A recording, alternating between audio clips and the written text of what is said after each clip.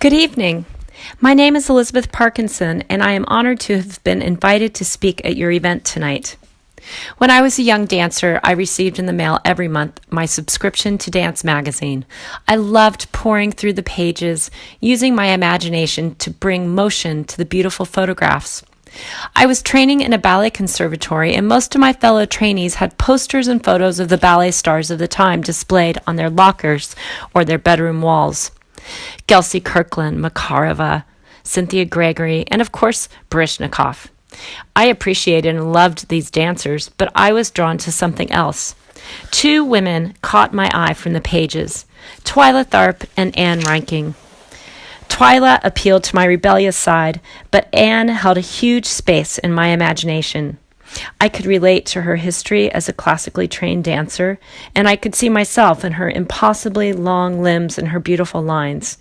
It was pure fantasy, of course, in a young girl's mind, and I continued to follow the amazing career of Ann Reinking, never imagining that I could organize my limbs and harness the power and choreography of Bob Fosse. I joined the Joffrey Ballet in 1984 and began the life of a professional ballerina.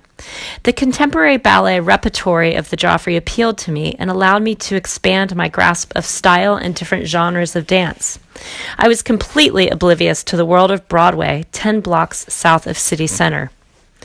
To make a long story short, after 10 years in the company, I made the decision to explore beyond the walls of ballet and became a freelance artist. During this time of exploration, I entered the world of theater dance and was invited to workshop the choreography of Bob Fosse. Imagine my complete and utter thrill when Miss Reinking joined us. We arrived at the studios, and there she sat, unassuming and quiet, waiting to work with us. I could have died and gone to heaven right then, but it actually got even better.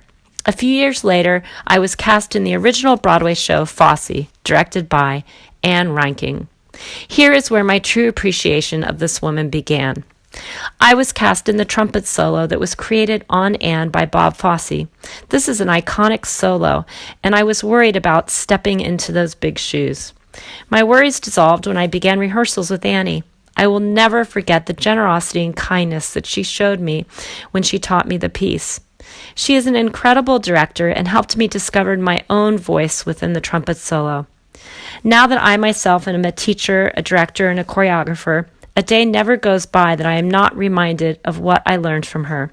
To be kind, be generous with your knowledge and creativity, to demand excellence from others and yourself. This wonderful woman has influenced so many of us in the performing arts with her talent and artistry. I am forever grateful that I had her as my guide as I transitioned from the world of ballet to Broadway and theater. I hung on to her every word, and my childhood dreams came true.